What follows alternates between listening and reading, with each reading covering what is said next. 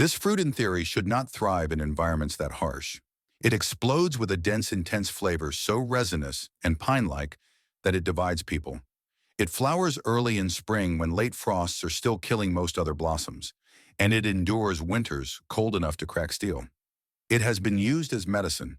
During the World Wars, British children were given syrup made from this fruit to survive winters of scarcity. But then for much of the 20th century, even major nations banned its cultivation entirely, labeling it a threat to vast pine forests.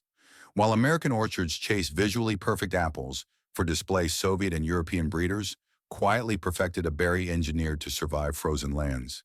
It looks like clusters of tiny midnight grapes but carries formidable power. Its taste is like a bold cassis, sour sweet soaked in earth and pine resin complex, aromatic and unforgettable once you acclimate to it. And inside a nutritional fortress that makes supermarket superfoods fade. Explosive levels of vitamin C, many times higher than oranges, anthocyanins, surpassing blueberries, and antioxidants that fight inflammation like a natural shield. Yet you have likely never tasted it fresh. You may have never even heard its real name. This is the blackcurrant Ribis nigrum, the forbidden king of the berry world. Welcome to Forgotten Flora Vault. If you are ready to grow what history once tried to erase, hit like and subscribe now. We are going to explore it. To understand why this plant is a biological marvel, we have to examine the engine inside it. Blackcurrant belongs to the Grossulariaceae family, an ancient family of temperate shrubs. Typically, many species in this family are sour or thorny, but Ribis nigrum is the mysterious black exception, a species that evolved to conquer the frozen lands of the far north. While many commercial fruit varieties collapse when temperatures drop, blackcurrant continues to flower and set fruit.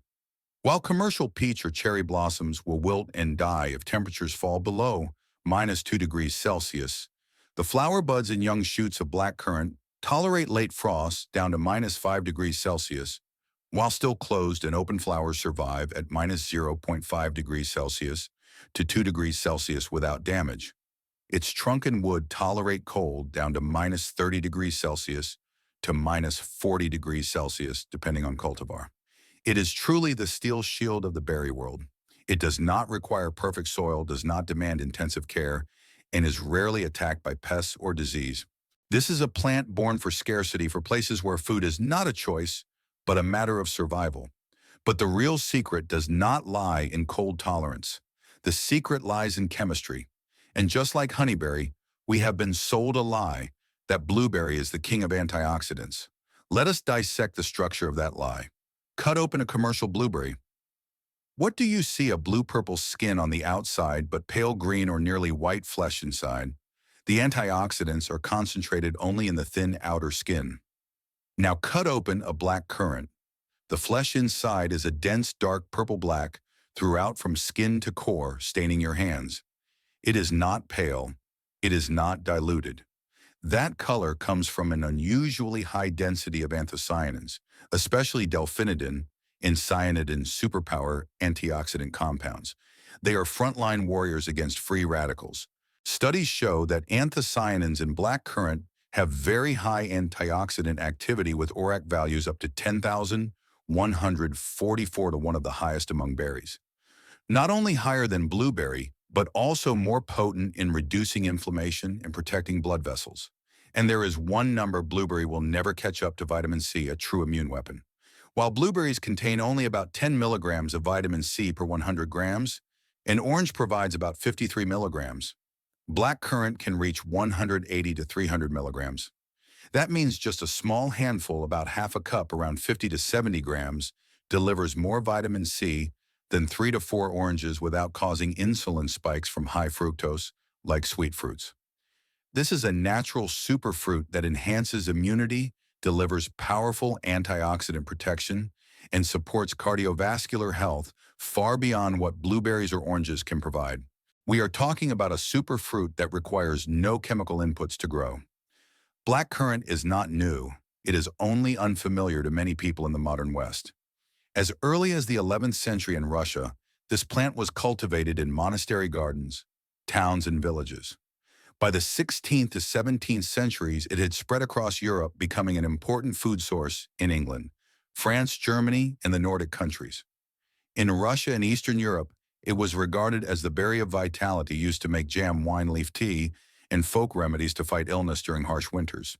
For ancient Europeans, this was not merely a sour fruit. It was the Norse vitamin shield, a natural remedy that helped prevent scurvy vitamin C deficiency in cold regions where citrus could not survive. While Europeans understood its nutritional and cultural value during World War II, the British government recognized its true strategic importance. When citrus supplies were cut off by war, Prime Minister Churchill encouraged farmers to mass-produce blackcurrant. Millions of liters of Ribina syrup, a name derived from Ribes nigrum, were distributed free to children and pregnant women to prevent vitamin C deficiency, turning it into the British nation's famine-saving superfruit. Meanwhile, in Russia and the Soviet Union, blackcurrant was always considered a strategic crop. Leaves, fruit, seeds, and even bark were all used. Leaves brewed as tea, anti-inflammatory effects, treatment of arthritis and rheumatoid arthritis, respiratory support. Fresh fruit or syrup, strong immune enhancement, antioxidant activity, reduction of systemic inflammation. Seeds rich in gamma-linolenic acid, helping reduce skin inflammation and support cardiovascular health. It was not regarded as an ordinary snack. It was a remedy, a natural medicine. Russian scientists selectively bred and improved varieties from wild genetic stock in Siberia and the Far East, focusing on cold tolerance, high yields, and exceptionally high vitamin C content. It was widely cultivated in freezing regions where citrus dies instantly. Russia and Poland remain among the world's largest producers today. But in the United States, the story was completely different and deeply tragic. In the early 20th century, blackcurrant was banned at the federal level, starting in 1911, because it served as an alternate host for white pine blister, rust threatening the massive white pine forestry industry. Thousands of hectares were destroyed by civilian Conservation Corps crews. The ban lasted nearly a century, causing the fruit to virtually disappear from American diets, even though it had once been common in New York and New England. In that void, fruits that were easier to ship and store took its place. Not until 1966 was the federal ban lifted, and only in the early 21st century were new disease-resistant varieties permitted to be grown again. Today it is being reborn in the United States thanks to breeders such as Greg Quinn, who combine cold-hardy European varieties with modern disease-resistant cultivars. To understand the potential of blackcurrant, we have to look at its competitor, the blueberry. In the gardening world, the blueberry is a true diva queen, high maintenance, and extremely difficult to please.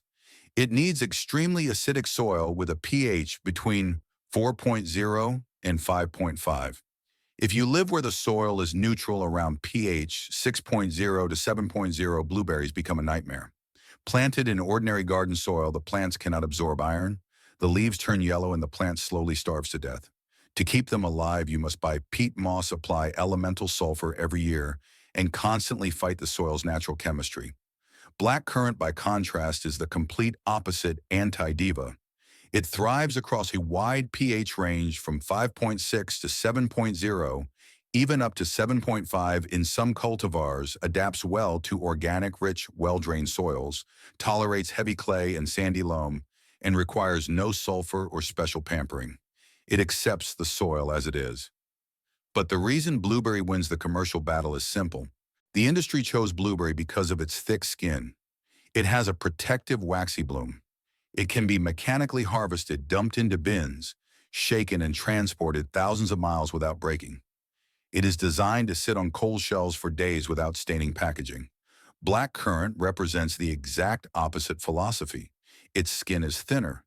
The berry separates from the stem with a wet scar, meaning that when harvested, the fruit often opens at the end and juice leaks out. It bruises easily. When stacked, the lower layers are quickly crushed. This is a nightmare for industrial supply chains. A fruit with a shelf life of only a few days that stains packaging easily and is difficult to eat fresh at scale is considered commercially unviable, even though it contains many times more vitamin C and anthocyanins than blueberry. And there is one more thing the system cannot forgive: blackcurrant has a smell. Its aroma is stronger. Its flavor is not neutral, but deep, intense, slightly sharp, a profile that cannot please the masses. But the biggest reason blackcurrant lost is not biology, it is policy. When it was labeled a threat to white pine forests, bans erased it from American agriculture for decades. In that void, Blueberry advanced. By the time the bans were lifted, everything was over. Supply chains had been built. Tastes had been programmed. An entire generation grew up having never known blackcurrant.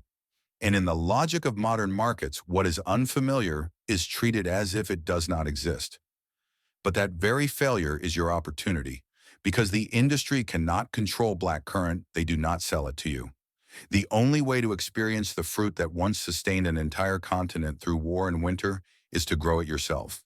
And the paradox is, this one of the berries eliminated from the market is also one of the easiest plants you will ever grow, extremely cold hardy, low in pest pressure, and requiring only basic pruning to produce abundant fruit. But first, safety cannot be ignored. Do not walk into the forest and start eating any blackberries you see. Most wild Ribis species, such as Ribis americanum, can be confused with toxic or low-quality species. Do not forage unless you are an expert. The safest and most effective path is to purchase certified cultivars from reputable nurseries.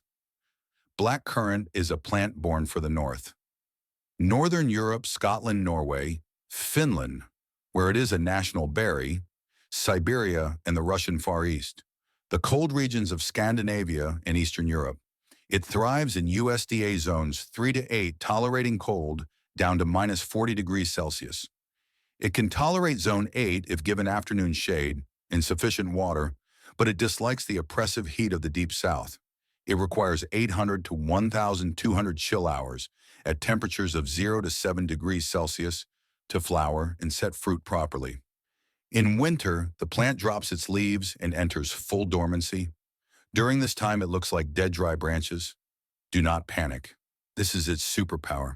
Dormancy allows the plant to wake very early in spring, March to April, and survive late frosts that kill most other fruit trees.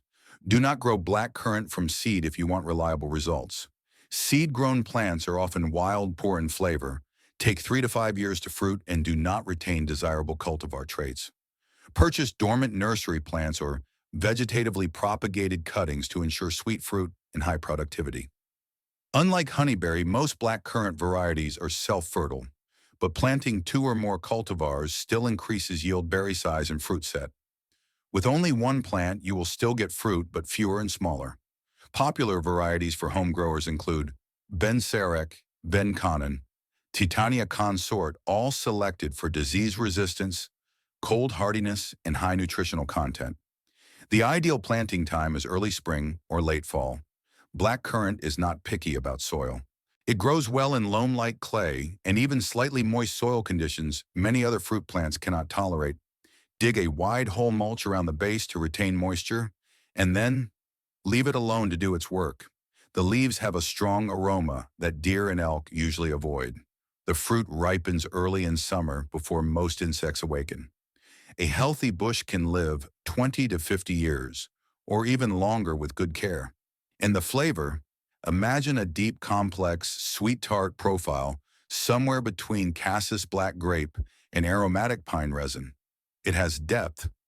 Newer cultivars reach sugar levels of 12 to 18 higher than the average strawberry at 10, especially delicious when fully ripe, eaten, fresh, made into jam, syrup, wine, or the famous Ribena. By planting blackcurrant, you are reclaiming the winter vitamin hunger gap. You are restoring a memory that was erased. While your neighbors are forced to buy pale, expensive trays of fruit shipped from thousands of miles away, you will walk into your backyard and fill buckets with deep, dark purple clusters, fruit that once sustained an entire continent through war and winter. The industry will not sell it to you at scale because bans hid it for nearly a century, because its thin skin bruises easily, because its shelf life is short, and because its powerful flavor is not as easy as sweet blueberry. They cannot control it.